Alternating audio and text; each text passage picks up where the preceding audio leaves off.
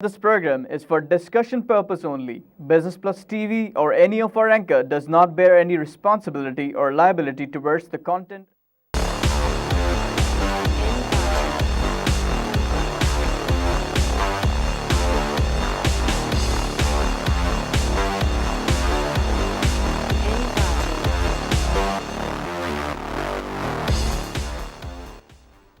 This is Business Plus broadcasting live from Karachi, Pakistan.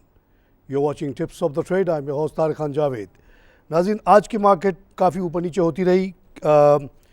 Start में काफ़ी ऊपर गई, 32,769 का लेवल आया, उसके बाद नीचे आ गई, फिर ऊपर गई 32,752, 14 प्लस, फिर नीचे आ गई और 104 माइनस पे आ गई, फिर थोड़ी सी इम्प्रूवमेंट आई, 52 माइनस पे आई, फिर नीचे होते होते अभी कोई 133 माइनस पे खड़ी है कंपेयर टू 69 पॉइंट इजाफा जो कल हुआ था.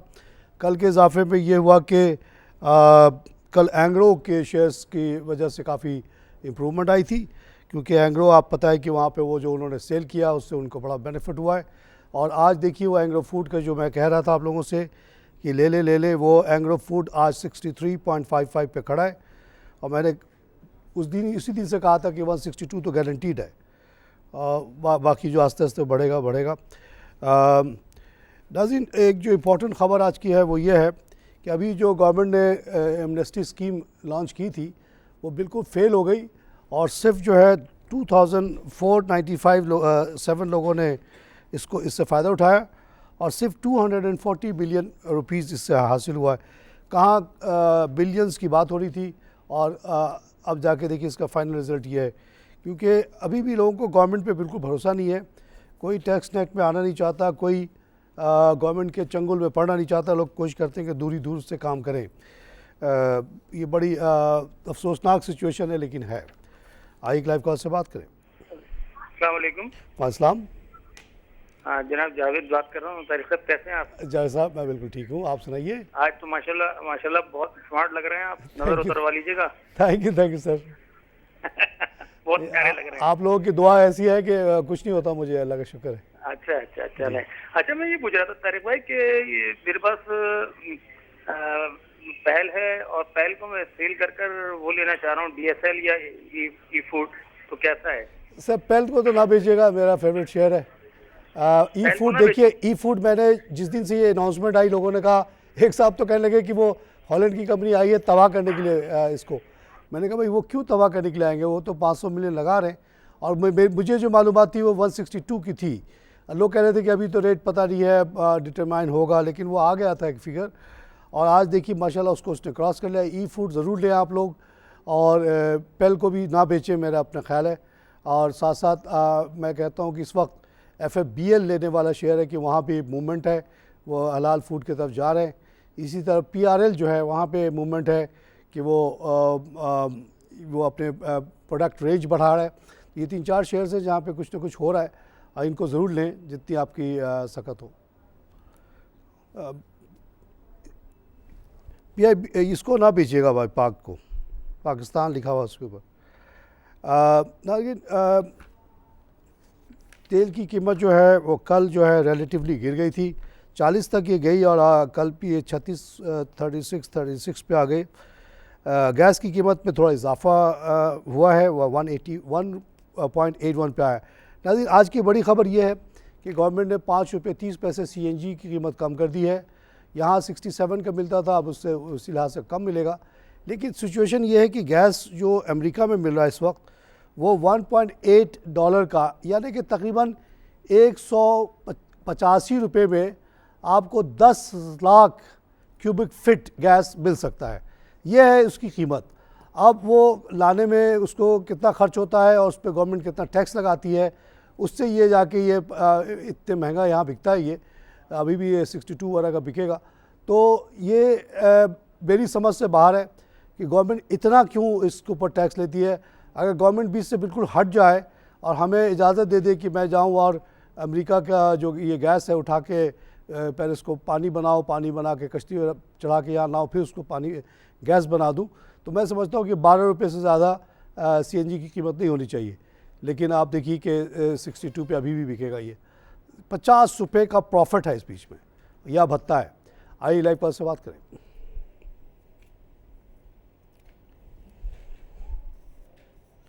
हेलो नाज़रीन, जो लोग मुझे फेसबुक पे फॉलो करते हैं उन्होंने एक बहुत ही इंटरेस्टिंग मेरा एक वो पढ़ा होगा। हमारे बहुत ही अच्छे आलिम हैं तारिक जमील साहब, उनके हवाले से कोई चीज़ किसी ने फॉरवर्ड की थी और जहन्नम और जन्नत का जिक्र था, तो मैंने उसके ऊपर ये लिखा, hell of a country call Islamic Republic of Pakistan where आटा जो है, जहाँ पे आटा जो है 25 के बजाय 50 में बिकता है और अमीरों बड़े बड़े ज़मींदारों से 33 रुपये पे गवर्नमेंट ख़रीदती है गंदम को, आम किसान तो 20-25 रुपये में बेचता है। और उसके बाद ये 50 रुपये का आटा कैसे बिकता है। चीनी, मैंने दूध के बारे में लिखा, दूध की कीमत $6,000 से करते करते 2200 पे आ गई। उस लिहाज से उसके 1 लीटर की कीमत बनती है 22 रुपये, यहाँ 100 रुपये में बिक रहा है। फिर मैंने आगे लिखा कि चीनी जो दुनिया भर में 37-38 रुपये की बिक रही है, यहाँ 64 की बिक रही है। तो जो इतना बड़ा गैप है, किसी को फ़ायदा हो रहा है, किसी का नुकसान हो रहा है। नुकसान किसका हो रहा है? आम पाकिस्तानी का हो रहा है। फ़ायदा किसका हो रहा है? जो लोग इस कारोबार में है। अब आटे की मिसाल ले लीजिए, अगर मुझे इजाज़त दी जाए कि मैं 22 रुपये का आटा गंदम बाहर से मंगा लूँ, तो मैं उसको पीसने में मेरा 1 रुपये का खर्च होगा, ट्रांसपोर्ट का जो भी खर्च लगा ले, 25 रुपये ज़्यादा की चीज़ नहीं है, लेकिन ये 50 में बिक रहा है, कोई कुछ बोलता नहीं है। इसी तरह जनाब सीमेंट यहाँ बहुत महंगा बिक रहा है। सीमेंट के जो बहुत बड़ा कॉस्ट होता है वो कोयला होता है। कोयले की कीमत बेइंतहा गिरी और कहाँ वो $320 का होता था, अब $60 का हो गया। सीमेंट वाले ने कोई भी कीमत कम नहीं की, सीमेंट की कंपनियाँ अच्छा करी, कमाई बढ़ रही उनकी। इसी तरह गाड़ियाँ, येन जो था 86 से घटते घटते 76 से घटते घटते 116 पे आ गया। जापानी गाड़ी की कोई कीमत कम नहीं हुई, चारों के चारों पाकिस्तानी में जो बनते हैं जापानी है। लोहे की कीमत 30% गिर गई, गाड़ी की कीमत कम नहीं हुई।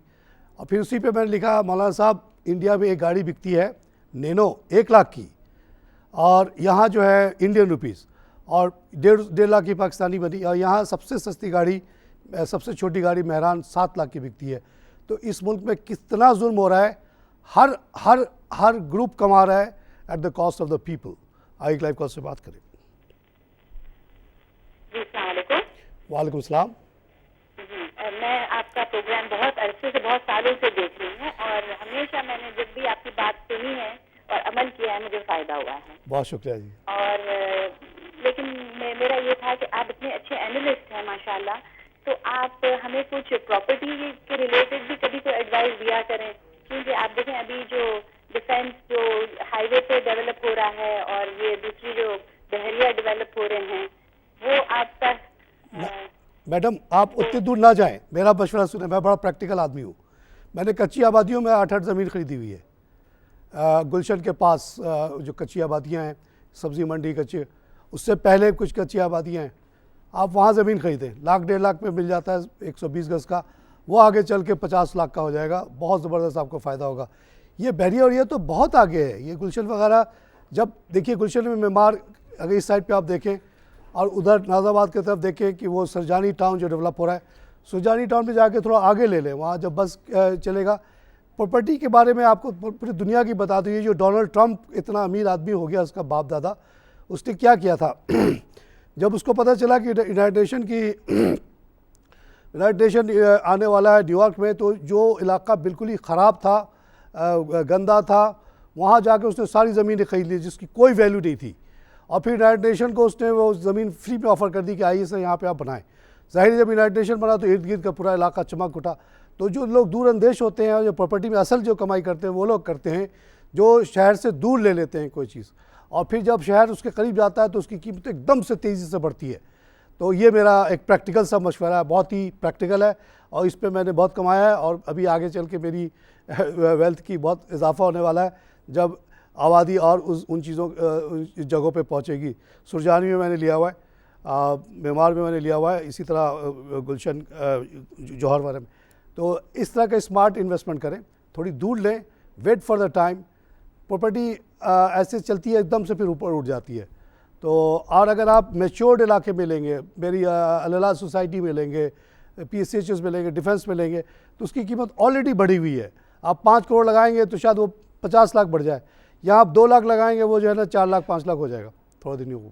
आई लाइफ कॉस्ट से बात करें। और एक और स्कीम थी तारिक, मेरा फोन ही कंटिन्यू। जी जी बोले। वो एक और स्कीम थी जिसको MDA कहते हैं, डेवलपमेंट अथॉरिटी, जो बिल्कुल वो नेशनल हाईवे पर पड़ती है और बिल्कुल जो नया फेज डेवलप हो रहा है डिफेंस का, उसके पीछे साइड पे पड़ रही है और वहाँ बहुत सस्ते प्लॉट हैं। जी जी देखिए, शहर से करीब तरीक रहने की कोशिश करें, बहुत दूर ना जाएं। अब ये बहरिया 54 किलोमीटर दूर, ये जो डिफेंस इतना पीछे, पहले सामने की जगह आपको अगर मिल रही है सस्ते में तो उसको लेना, आप इतने दूर जाके क्यों लेंगी आप। और वो बहरिया वाला जब वो बस चलाएगा तो ज़ाहिर है गुलशन से गुजरेगा, गुलशन मेमार के पास से, और इजी हो जाएगी ट्रांसपोर्ट। अभी भी कोई इतना मुश्किल नहीं है ट्रांसपोर्ट वहाँ जाना, आप एक्सप्रेस वे पर बैठ जाए, आसिफ स्क्वायर पर उतरे, सीधे वो आ जाता है मेमार थोड़ी देर में। ये जो डिस्टेंसेस है 15-20 किलोमीटर की, दुनिया के दूसरे शहरों में तो इसकी कोई वक़्त ही नहीं होती। सब न्यूयॉर्क, डेट्रॉयट, अगर आप शिकागो जाएं तो सारे जो लोग हैं वो 15-20 किलोमीटर दूर सबब्स में रहते हैं। आई लाइव कॉल से बात करें। तारिक भाई, अस्सलाम वालेकुम। वालेकुम भाई, नईम बात कर रहा हूँ गुलशन से। नईम साहब, welcome to the show from Gulshan. Sir एक चीज ये पता करना है, एक शेयर है clover food. Global clover food global food, sir इसका नाम पहली दफ़ा सुन रहा हूँ। सर क्लोवर फूड है, इसका दाम चल रहा अभी स्टॉक मार्केट में 85-90 रुपए। अच्छा और सर इसने डिविडेंड दिया है 57.5 रुपए। अच्छा सर इसके बारे में थोड़ा इंक्वायरी करके थोड़ा सा आम आदमी को बता दी कि सही है, गलत है, क्या है क्या नहीं है। ग्लोबल फूड आपने कहा? हाँ। कभी जिक्र नहीं आया इसका, कोई और नाम तो नहीं था पहले इसका? अब देखिए, ये ग्लोबल फूड का जिक्र कर रहे हैं, ये भी एक फूड कंपनी बता रहे हैं 85 का शेयर है और इतना ज़बरदस्त डिविडेंड भी दे रहा है। तो जो भी जिसने भी फूड के कारोबार में एक जमा लिया अपना पाँव, तो यहाँ तो उसके अभी बहुत अच्छा चल रहा है, आगे उसका और बहुत अच्छा है। तो ये तो है पाकिस्तान की खूबी, हमारी स्ट्रेंथ है। वी आर लकी कि हम पाकिस्तान में बैठे हुए हैं, अपने मुल्क में बैठे हुए हैं, सुबह को अजान सुनते हैं, चिड़िया की आवाज़ सुनते हैं। नाज़रीन, जब मैं पहली दफ़ा अबू धाबी गया तो एयर कंडीशन बहुत अच्छा घर था, सब कुछ था, ऑफिस भी एयर कंडीशन, लेकिन एक अजीब बेचैनी की कैफियत थी। तो सोचते सोचते एक दिन गार्डन में बैठा हुआ था तो ख्याल आया कि इतने खूबसूरत गार्डन में बैठा हुआ हूँ, एक भी चिड़िया नहीं है, उसकी चहचहाट नहीं है, और वही मेरी बेचैनी की वजह थी। आप यहाँ सुबह को जब उठते हैं 6 बजे 5:30 बजे, क्या आवाज़ आ रही होती है बाहर से, वो आपको कैसी सूदनेस देती है, आपको पता नहीं उसकी कदर आप उसी वक्त करेंगी जब आप किसी ऐसी जगह चली जाएंगी जहाँ का चिड़िया ना हो। जो लोग कनाडा वाले जाते हैं उनको सबसे बड़ी जो उनको मुश्किल होती है वो ये होती है कि एक तो अजान की आवाज़ नहीं आती है, दूसरे चिड़िया नहीं होते 6-8 महीने तक, क्योंकि बर्फ़ जमा होता है, सारे पता नहीं परिंदे कहाँ गायब हो जाते हैं। तो अल्लाह ने हमें बहुत अच्छी जगह पर रखा हुआ है और मईशत भी अल्लाह का शुक्र हमारी बहुत अच्छी है। आई लाइव कॉल से बात करें। हेलो जी, हेलो, अस्सलाम वालेकुम। वालेकुम। जी देखिए, मैं मिसेस आजम बोल रही हूँ कराची से। ये हमने AKBL के लिए हुए थे शेयर्स, AKT। आज जी 2007 में लिए थे ये हमने। अच्छा, तो ये आज तक उसका हमने लिए थे 49 पर जी और जी। आज ये 20 रुपए के हैं। अब ना तो इसका हमें डिविडेंड का पता है, ना हमें इसके बोनस का पता है, तो हमें किसी चीज़ के बारे में बता ही नहीं रही है। ये देखिए, जो 4-5 बड़े नाम पाकिस्तान के, उसके बारे में और बहुत सारे लोग बहुत बड़ी बड़ी बातें करते हैं कि वही मार्केट चलाते हैं, वही आगे पीछे करते हैं। खैर मैं तो उतना नहीं मानता, लेकिन इन लोगों ने जो बड़े नाम थे उन्होंने वाकई काफ़ी, उनके जो फंड्स हैं वो नीचे आए। अब ये कोई वजह ही नहीं बता सकता मुझे कि 49 से 20 क्यों हो जाएगा इस मार्केट में, जबकि मार्केट मुसलसल बढ़ती चली गई है। 2012 में 10,000 की थी, आज 32-33 पे है। ये कम होने का कोई सवाल ही पैदा नहीं होता है। उससे तो अच्छे मेरे जानने वाले लोग हैं जिन्होंने लगाया था 2009 में, जिन लोगों ने 1 लाख लगाया था उनका आज आराम से 7 लाख है, और उनको मैंने रोका हुआ है कि कुछ नहीं करना, क्योंकि अकाउंट सारे मैं खुद कंट्रोल करता हूँ, 18 अकाउंट। उनको बेचने खरीदने देता ही नहीं हूँ, मेरे कोई ज़रूरत नहीं। वो आते हैं, सर वो बढ़ गया है, मैंने बढ़ने तो अच्छी बात है, वो ज़मीन भी तुम्हारी बढ़ गई, उसको भी जाके बेच दो। नहीं जी, ज़मीन तो नहीं बेचेंगे, ज़मीन तो रखेंगे 50 साल तक, बच्चों को दे के जाएंगे। शेयर को बेचना बहुत ज़रूरी है क्योंकि आसान है बेचना। खैर मैं अपने लोगों को तो नहीं बेचने देता हूँ, सख्ती से मना किया हुआ है। आई क्लाइव को उससे बात किया। एक ये इस तरह के जो फंड वगैरह डूबे हैं उसको SECP को इन्वेस्टिगेट करना चाहिए नैब की मदद से। किसी को ना छोड़े आप, एक भी जिसने भी लोगों को इस तरह से धोखा दिया है उसको ना छोड़े। सुनते हैं कि आरिफ हबीब का एक शेयर 2200 का होकर अब 20 रुपये का हो गया है। इसी तरह सुनते हैं कि जहांगीर सिद्दीकी का एक शेयर 1400 रुपये का होकर वो 14 रुपये का हो गया। कैसे हो गया? ये 3-4 को तो बिल्कुल इन्वेस्टिगेट करें। इसी तरह जावेद अहमद वोरा है, उसको करें। ये एक परवेज सिक्योरिटी, उसको इन्वेस्टिगेट किया जाए। कैसे लोगों को धोखा दिया आपने? आइए क्लाइव कॉल से बात करें। हमारा मुल्क का नाम, मज़हब का नाम सब बदनाम करते हैं ऐसे लोग।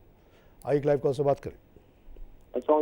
और साहब आप से बात कर रहा हूँ और काफी शौक से आपका प्रोग्राम देखता हूँ सर। बहुत खुशी है सर। स्टॉक मार्केट में इन्वेस्ट करना चाहता हूँ जी सर। थोड़ा सा आप गाइड करेंगे सर?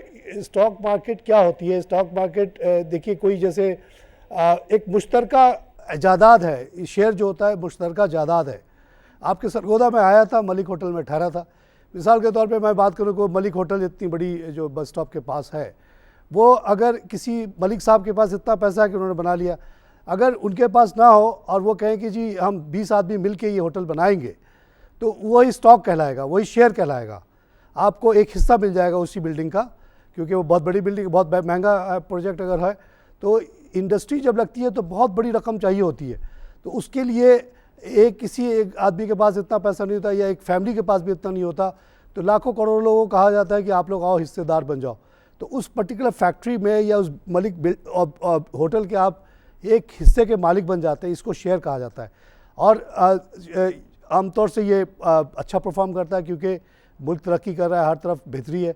तो आपको भाई सरगोदा से जो कॉल करें, मैं आपको आज के ये जो लिस्ट है, जो सबसे ज़्यादा शेयर जिस पे काम होता है उसकी ये लिस्ट है। आपको जब आपका स्टॉक एक्सचेंज के वेबसाइट पे जाएंगे PSX के, तो वहाँ आपको नज़र आएगा कि किस शेयर्स पे सबसे ज़्यादा काम हो रहा है। और ये एक आसान बात नहीं है, ये लाखों लाख लोग इस पे काम कर रहे हैं। एक दो आदमी का इसको रोक आगे पीछे नहीं कर सकता। मिसाल के तौर पे आज NIB बैंक जो है वो 71 मिलियन का काम हुआ, इसको सबसे ज़्यादा इसमें काम हुआ है, और 26 पैसे बढ़ के 2 रुपीज़ 41 का हुआ। इस शेयर में मैं आपको कहूँगा कि ना जाएं। लोग कहेंगे कि यार अभी तो 1 रुपये 40 का था और अभी इतना का हो गया।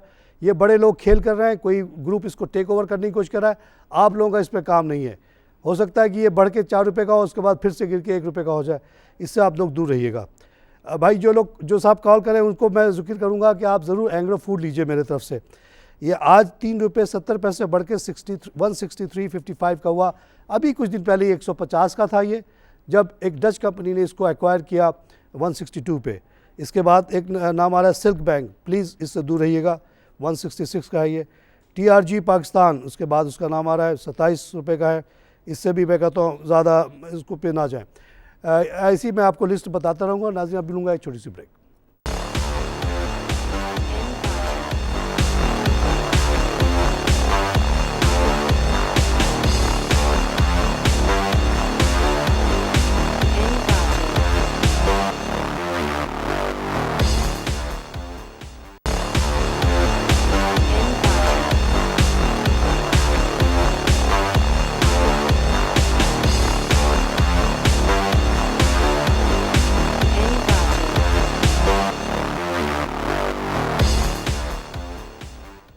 Welcome back to tips of the trade. नाज़रीन, कल की जो दुनिया भर की मार्केट थी उसके बारे में एक थोड़ी सी नज़र दौड़ाते हैं। कल ये हुआ कि थोड़ी सी मार्केट बढ़ी अमेरिका की।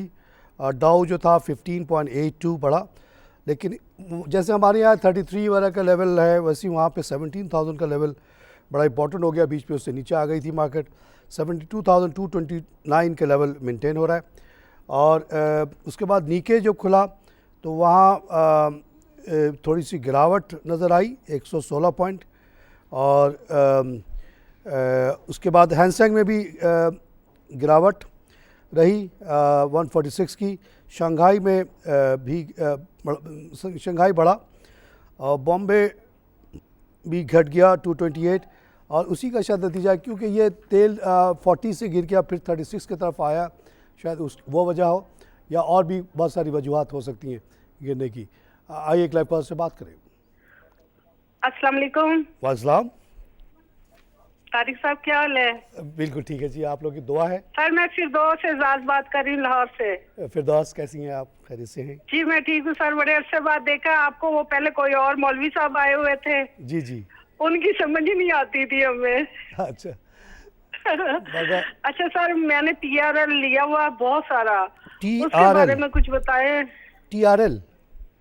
जी सर। TRL ये है ये जो ट्रैकिंग कंपनी है ना, नहीं TPL है वो तो। TRL क्या है मैडम? है क्या है, क्या है ये? PRL का है का इन्होंने मैडम। PRL का अगर आपने अभी डॉक्टर साहब कह रहे हसनैन साहब हमारे कि आपने PRL का जिक्र किया। PRL आपने लिया हुआ है, बहुत अक्लमंदी आपने की है, बहुत ज़बरदस्त अक्लमंदी की है आपने।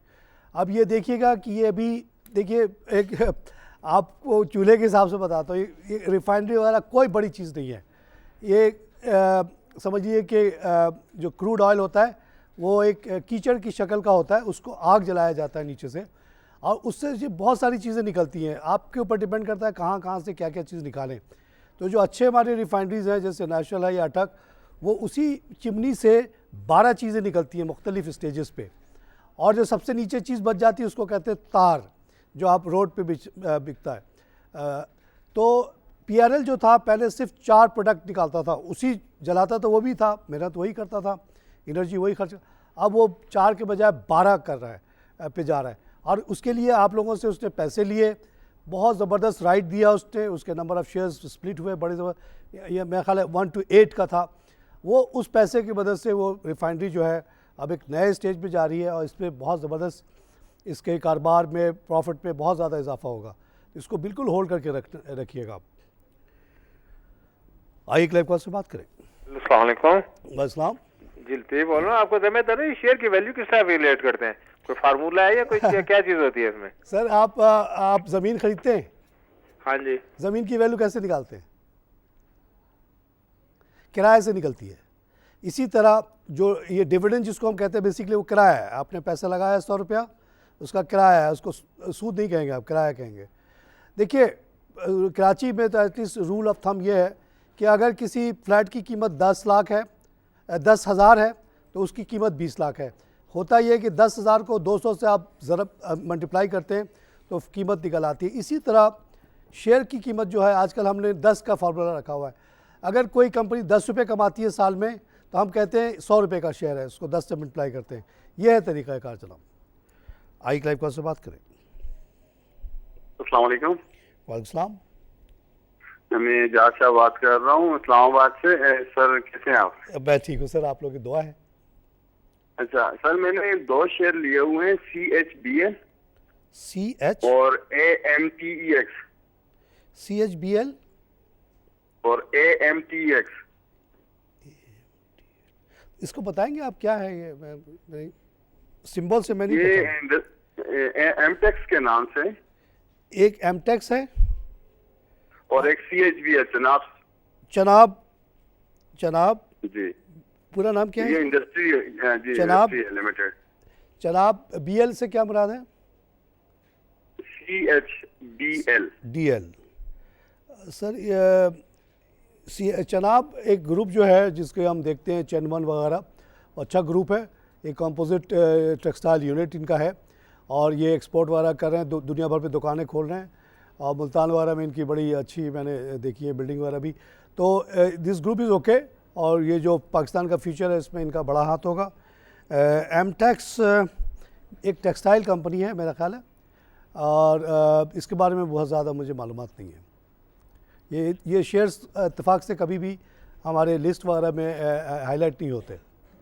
आई लाइव कॉल से बात करें। अस्सलाम वालेकुम। वालेकुम। हाँ, शरीफ कुरैशी बोल रहा हूँ कराची से। कुरैशी साहब welcome to show sir. Tariq साहब एक मालूमात लेनी थी। मेरे पास तकरीबन 15-20 साल से नेशनल बैंक पड़ा है। इन्होंने अभी एक लेटर भेजा है कि नेशनल लीजिंग जो है इसमें मर्ज कर रहे हैं। नेशनल लीजिंग का तो कोई शेयर है ही नहीं। नेशनल लीजिंग को मर्ज कर रहे हैं? जी जी, कल आया लेटर। अच्छा जी। देखिए नेशनल बैंक के ने बहुत सारी छोटी छोटी चीज़ें की हुई हैं, जैसे उनका एक फ़ंड भी है नाफा, और लीजिंग भी होगा। लीजिंग का कारोबार तो पाकिस्तान में ठीक से चला नहीं, ज़्यादातर लीजिंग कंपनीज बंद हो गई हैं, मुदारबाज बंद हो गई हैं। वो बहुत छोटा सा हिस्सा होगा इनके टोटल बैलेंस शीट के मुकाबले में, इससे कोई सिग्निफिकेंट फ़र्क नहीं पड़ेगा, ना प्लस ना माइनस, उससे आप घबराएं नहीं। नेशनल बैंक के बारे में फिर मैं यही कहता हूँ कि आप इसको बेचिएगा मत। अब ये डीनेशनलाइज हो रहा है, एमडी अपॉइंट हो गया है, ये काम शुरू हो चुका है। उनकी जो गवर्नमेंट सर्वेंट के जो प्रोटेक्शन थी वो ख़त्म हो गई स्टाफ की। अब वहाँ का स्टाफ को क्योंकि नौकरी जाने का ख़तरा होगा, काम करेंगे वो लोग, और ये शेयर बहुत तेज़ी से ऊपर जाएगा। इसकी कमाई भी बहुत अच्छी हुई है, 20 बिलियन कमाया इसने। इससे पहले ये 5 बिलियन कमाता था 2-3 साल पहले, तो बड़ी इम्प्रूवमेंट आ रही है इसमें। और जब ये मेरा ख्याल है इसको अगर कोई अच्छा स्मार्ट बैंकर चलाएगा तो ये 150-200 का तो शेयर है जी। आई क्लाइव कॉल से बात करें। अभी हेलो, अभी कोई नहीं आया। हेलो नाज़रीन, आजकल एक जो बड़ी अहम बात है वो ये है कि अमेरिका में जो इलेक्शंस हो रहे हैं उसका भी इम्पैक्ट हर चीज़ पे पड़ रहा है। वहाँ बड़ा धुआंधार इलेक्शन चल रहा है इस वक्त, और दो जो लीडिंग कैंडिडेट्स हैं, एक तो बैरी सैंडर्स हैं जिन्होंने तो तबाही मचाई हुई है ट्विटर के ज़रिए से। रोज़ाना 2-3 छोटी छोटी बातें वो ऐसी लिखते हैं, हिला देते हैं अमेरिका को। और साथ साथ दूसरे तरफ वो डोनाल्ड ट्रंप साहब हैं, वो भी कह रहे हैं कि जी अमेरिका में असल अनएम्प्लॉयमेंट 25% है और कालों में 60% है। ये बैरी सैंडर्स ज़माने से कह रहे थे, अब ये डोनाल्ड ट्रंप भी कह रहे हैं। तो अमेरिका के हालात बहुत ख़राब हैं और ये दोनों अपने अपने तरीके से उसको सही करने की बात कर रहे हैं। बाकी जो कैंडिडेट्स हैं वो तो वैसे ही हैं, वो ब्रोकर टाइप के लोग हैं, इधर से चंदा लिया उधर से चंदा लिया, उनकी दलाली की, उनकी ना कोई मॉरल वैल्यू है ना उनकी कोई हैसियत है। लेकिन इन दोनों में से अगर कोई इलेक्शन जीत के आता है तो अमेरिका में बहुत ज़बरदस्त तब्दीलियाँ आने वाली हैं। अब वो दोनों कैंडिडेट ये कह रहे हैं कि हम अपने लोगों को पहले देखें। वहाँ ये कहता है बैरी सैंडर्स कि 4 बिलियन लोगों को ठीक से खाना नहीं मिल रहा, 8-10 बिलियन का कहता है कि उनको पास हेल्थ केयर नहीं है, बूढ़े लोग हैं।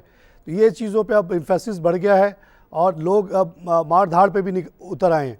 तो अब हालात वहाँ के ख़राब होते जा रहे हैं, अनएम्प्लॉयमेंट बहुत बेइंतहा हो गई, तमाम इंडस्ट्री उनकी जो थी उठ के चली गई चाइना वगैरह, और वहाँ से सब चीज़ें इंपोर्ट हो रही हैं। कर्ज़ा 19 ट्रिलियन का हो गया। तो अमेरिका में बहुत बड़ी तब्दीली आएगी, उसका पाकिस्तान वगैरह पे या दुनिया पे मस्बत असर ये होगा कि वो दुनिया भर से आस्ते आस्ते वो हट जाएंगे। 45 से पहले वो स्प्लेंडेड आइसोलेशन में रहते थे, यानी वो बिल्कुल दुनिया में इंटरफेयर करते ही नहीं थे, अपने ही तरक्की में लगे हुए थे। जब से दुनिया में ये दाखिल हुए, कर्ज़ा इन पर चढ़ता चला गया, एज ए इंडस्ट्रियल पावर ये काफ़ी कम हो गए और अब बहुत ज़्यादा तकलीफ़ में आ गए लोग। ये एक बड़ी फैक्टर है। आई क्लाइव कॉल से बात करें। वालेकुम, नफीसा दादा बोल रही हूँ। Nafisa, welcome to the show madam. आज में ई फूड हो गया 167.80 पैसा एप्पल लॉक। कौन सा? ई फूड। जी जी जी जी जी, मेरे पास जो लिस्ट पड़ी है 163 दिखा रहा है, और भी बढ़ गया होगा। नहीं, अभी लॉक हो गया 167 में मैंने सेल की है भाई। अच्छा, आप सेल करने वालों में से हैं? मैं नहीं सेल करने वालों में नहीं, मैं प्रॉफिट टेकिंग करने वालों में से हूँ। अच्छा जी, ठीक है जी, आपको मुबारक हो। देखिए मैंने नफीसा, जिस दिन ये हुआ था उसी दिन मैंने कह दिया था कि 162 तो गारंटीड है। हाँ, वो तो गारंटी जी। एमटेक्स का बताइएगा। एमटेक्स तो कचरा है, बोले लोगों को प्लीज मेहरबानी करके इससे दूर भागे। ये टेक्सटाइल कंपनी है ना, स्पिनिंग यूनिट। हाँ, 101.5 रुपए का शेयर है। अच्छा अच्छा, ये वो जिसमें गपला बहुत बड़ा हुआ है, ये वही वाला एमटेक्स है। अच्छा अच्छा अच्छा, इसीलिए इसके हमने कोई जिक्र नहीं सुना। 1.5 रुपये का मतलब ये बंद कंपनी है और मालिकान इससे कमा कर निकल गए। नाज़रीन, बंद कंपनी पे याद आया, एक कंपनी है नूर टेक्सटाइल, जो कि यहाँ पे साइट पे सीमेंट के सामने है। उस कंपनी पे हमारी निगाह पड़ी तो हमने देखा कि उसके जो बैलेंस शीट में उस कम से कम 2.5 एकड़ की ज़मीन है और बिल्डिंग इतनी बड़ी कि उसमें कोई 10-15 किराएदार हैं। उसकी जो वैल्यू दिखाई गई थी पूरे प्रॉपर्टी की, वो 6 लाख, और टोटल रेंट जो था सालाना 5 लाख, और उसका शेयर जो था शायद 19 रुपये का था। तो हम लोग उनके पास गए, OPIF वाले, हमने कहा कि 19 के बजाय हमसे 40-50 ले लो, दे दो तमाम शेयर्स। लेकिन उन्होंने, फैमिली ओन्ड है, उन्होंने नहीं दिया। अभी वो सस्पेंड हो गया है। आई क्लाइव कॉज से बात करें।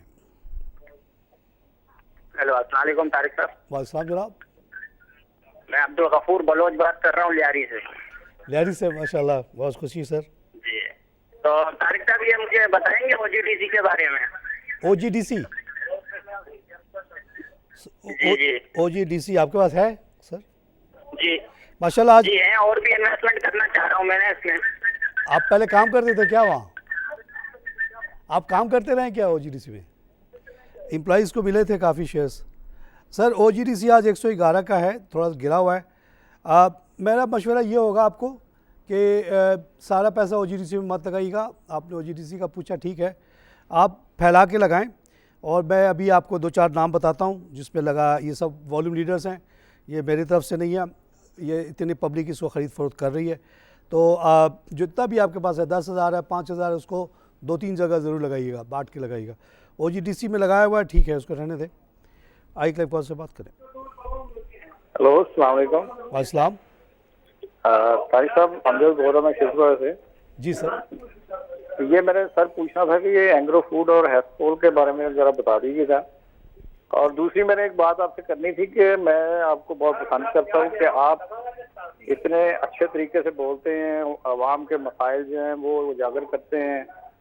आप कितने दिन से मैं सुन रहा हूँ कह रहे हैं कि चीनी की कीमतें बहुत ज़्यादा हैं, लेकिन सर ये हम एक मुसलमान हैं, हम अपने कौम के गरीबों की जो दुख है उसको हम कैसे छोड़ सकते हैं? हम किस मुंह से नमाज़ पढ़ें, हम किस मुंह से अल्लाह को रुजू करें जब इस मुल्क में इतना जुल्म हो रहा हो और हम खामोश रहें? तारिक जमील साहब को मैंने यही लिखा कि सर ये जन्नत दोज़ख की बातें तो बाद में होगी, यहाँ तो ऑलरेडी दोज़ख बना हुआ है। ये गरीब जो इतना दोज़ख में रह रहे हैं उनको फिर से आप दोज़ख की क्या बात करते हैं? और कितना अल्लाह एक ही दफ़ा सज़ा दे रहा है ना, यहाँ फिर से सज़ा नहीं देगा। आप छोड़ दें। ये जो अमीर जो लोग हैं जो पैसा कमा रहे हैं, लूट रहे हैं, गाड़ी वाला भी लूट रहा है, तेल वाला भी लूट रहा है, CNG वाला भी लूट रहा है, सब लूट रहे हैं। उनको जाके तबलीग करें उनके पास, गरीबों को छोड़ दे। वो तो वैसे ही परेशान बैठा हुआ है, हर आदमी लूट रहा है उसको। 1 रुपये 80 पैसे में आपको मैं 10 लाख क्यूबिक गैस फीट देता हूँ अमेरिका में। वो 62 का क्यों बिकेगा केजी? बीच में सारे खा रहे हैं, गवर्नमेंट भी खा रही है, CNG वाला भी खा रहा है, सब खा रहे हैं। इस गरीब मुल्क में जहाँ लोगों को पेट भर खाना नहीं मिलता, एक एक रोटी के लिए बच्चे तरसते हैं और उनकी नशोनुमा नहीं हो रही, वहाँ 22 रुपये का गंदम दुनिया भर में बिक रहा है, वो 50 रुपये का आटा क्यों बिकेगा भाई? पीसना तो हमें भी आता है, घरों में तो गाँव में तो पीसने की मशीन भी होती, वो भी होती है, चक्की होती है, क्या खर्च होता है उसमें? आटे की कीमत तो गंदम से रिलेटेड है, उसमें और क्या करना होता है जी, उसको पीसना ही पड़ता है ना। तो 22 रुपये की चीज़ कैसे 50 की बिक रही है इस मुल्क में? कोई कुछ नहीं क्यों कह रहा? मौलवी साहबान कह रहे हैं कि दोज़ख और इसकी बात करें। आई क्लाइव कॉल से बात करें। अस्सलाम वालेकुम। वालेकुम। कराची से बात कर रहा हूँ जनाब, कैसे हैं? ठीक है, मैं ठीक हूँ सर। ये PIBTL की एक मीटिंग थी 8 तारीख को। अच्छा। बोर्ड मीटिंग, उसका कुछ पता ही नहीं लगा कब आई मीटिंग, क्या रिजल्ट आया कुछ? आप गए थे उसमें? नहीं, वो बाद में मैंने देखा था, लेकिन अच्छा, वो जनरल बोर्ड में नहीं आया नहीं कोई। अच्छा, जनरल नहीं था वो, उनका बोर्ड मीटिंग थी। हाँ, होती रहती है। अभी किसी साहब ने उस दिन फ़ोन किया, कहने लगे कि अगले 6 महीने में ही तैयार हो जाएगी, और मेरी इत्तला थी कि 1.5 साल लगेंगे। तो 6 महीना हो, साल हो, कोई इतना कोई कम्प्लेक्स प्रोजेक्ट तो है नहीं, एक ज़मीनी हमवार करनी है, तो इंशाल्लाह वो जल्दी तैयार हो जाएगा। उसके बाद उस पर सामान उतरना चढ़ना शुरू होगा, आप लोगों की कमाई शुरू हो जाएगी। जब तक ज़रा सब्र से बैठें, और मेरे अपने प्रेडिक्शन है पक्की कि ये 200 का शेयर तो होगा ही होगा। इसकी वजह यह है कि यही हलीम सिद्दीकी ने जब कंटेनर टर्मिनल बनाया कराची पोर्ट पे, तो ये इनका शेयर 50-60 का था जब मैं 2009 में आया था, आज 250 का शेयर है। उसी बेसिस पे ये कहता हूँ। नाज़रीन, हम कैसे आराम से सो सकते हैं, खामोशी से हंस सकते हैं जब हमारे मुल्क में इतना जुल्म हो रहा हो? अल्लाह तो हमसे पूछेगा कि तो हमको अल्लाह ने मौका दिया हुआ था कि पब्लिक के सामने बोलो, क्यों नहीं बोला तुमने? आटे की बात, चीनी की बात, गंदम, ये यूरिया 1200 रुपये का क्यों बिकेगा यहाँ पे गरीब किसान को, और इंडिया में 350 का कैसे दे रही है हुकूमत? इसी तरह आप तमाम चीज़ों में देखें, हर तरफ जुल्म ही जुल्म है। कार्टेल्स बने हुए हैं और कार्टेल में सब के सब खा रहे हैं, कोई नहीं छोड़ा अपना हिस्सा। मर कौन रहा है? ज़ीरो सम गेम है, किसी का फ़ायदा किसी का नुकसान। यहाँ भी यही हो रहा है कि दौलत जमा होती चली जा रही, जमा होती चली जा रही कुछ लोगों के पास, जैसे अमेरिका में हुआ है। अमेरिका में बेरी सैंडर्स कहता है कि 1% आदमी के पास इतनी दौलत है कि बाकी 90% के पास नहीं है। ये कैसा जुल्म हुआ? क्योंकि वहाँ बस कुछ फैमिलीज़ हैं, उन्होंने हर चीज़ पे कंट्रोल किया हुआ है। अब वो अमीर से अमीर होते चले जाए, आम आदमी बिल्कुल ही बुरा हाल में। पाकिस्तान में भी यही हो रहा है। और कैसे अमीर होते हैं लोग? अगर आप ये मेरे हिसाब से 12 रुपये का CNG होना चाहिए, 62 का बिकेगा तो 50 रुपये का फ़ायदा होगा। दिन भर में कितना CNG बिकता है? कहीं ना कहीं तो जा रहा है। वो लोग तो अमीर हो रहे हैं, और जो 50 रुपये ज़्यादा दे रहा है वो गरीब होगा कि नहीं होगा? होगा ना, हो रहा है, उसका बुरा हाल है। तो हम तो बोलेंगे भाई, हमारा फ़र्ज़ है ये बोलना। इस पर हुकूमत को बहुत तकलीफ़ हो जाती है, कहते हैं और इधर उधर की बातें करो, ये आटा दाल की बात नहीं करो, उससे उनको बहुत तकलीफ़ होती है। भाई यही तो असल चीज़ है, आटा, चीनी, दूध, ये 3 चीज़ अगर आप गरीब को सस्ता दे दें तो बच्चों की न्यूट्रिशन बेहतर हो जाएगी, नस्लें बेहतर हो जाएंगी। आइए एक लाइव कॉल से बात करें। ये सारे बच्चे हमारे बच्चे हैं। अस्सलाम वालेकुम। वालेकुम। हाँ बॉस, गुजारिश है कि मैंने शेयर्स लिए हुए हैं एंग्रो पावर कादर जी जी PQL, और तकरीबन 1 साल हो गए हैं, और दूसरे लिए स्वीट नॉर्दर्न गैस जी जी। इसके अलावा ट्रीट ब्लेड लिए में तो कुछ फायदा नहीं हो रहा। वहीं कहीं अमाउंट खड़ी हुई है, क्या कहती है गवर्नमेंट, इतनी अच्छी गवर्नमेंट आई हुई है, पावरफुल 2/3 मेजोरिटी से आई हुई है, और ये कहते हैं कि बिजनेसमैनों की है, क्या होगा इसका कुछ असर है कि नहीं? वो सही है ये हुकूमत अपनी जगह पे, ये 3 कंपनी की अलग अलग सिचुएशन है। एंग्रो पावर कादिरपुर अच्छा प्रोजेक्ट है, और मेरे ख्याल में अभी 30 रुपये का शेयर है, और ये आपको ये बढ़ेगा नहीं। दुनिया भर में मैंने कम से कम 50-100 पावर प्लांट के प्रोजेक्ट को साइन किया और कर्जा दिया, तो उनका मल्टीपल ऑफ 3 होता है आमतौर से। 10 रुपये का शेयर 30 रुपये का हो जाता है। कराची इलेक्ट्रिक भी अगर ठीक से चला जाए तो ये भी 30 का हो जाएगा। तो ये 30 का ही रहेगा, और ये जो कमाएगा वो आपको डिविडेंड की सूरत में देगा, बढ़ेगा नहीं है, क्योंकि उसको पैसा रोकने की ज़रूरत नहीं है, उसको और मज़ीद तो आगे बढ़ाना नहीं है। जहाँ तक स्वीट नॉर्दर्न का सवाल है, इसका फ्यूचर मैं बहुत अच्छा देख रहा हूँ। इसको रखें, ले सकते हैं तो और लें, क्योंकि गैस की अवेलेबिलिटी बढ़ रही है। जहाँ तक ट्रीट का कॉरपोरेशन है, इसने हमें डिसअपॉइंट किया है। ये बहुत ही पुरानी ग्रुप है, लेकिन इनके अंदर हम कोई हलचल नहीं देख रहे, और ये रुका हुआ सा शेयर है। नाज़रीन, यही इसी के साथ प्रोग्राम ख़त्म करो। खुदा हाफ़िज़।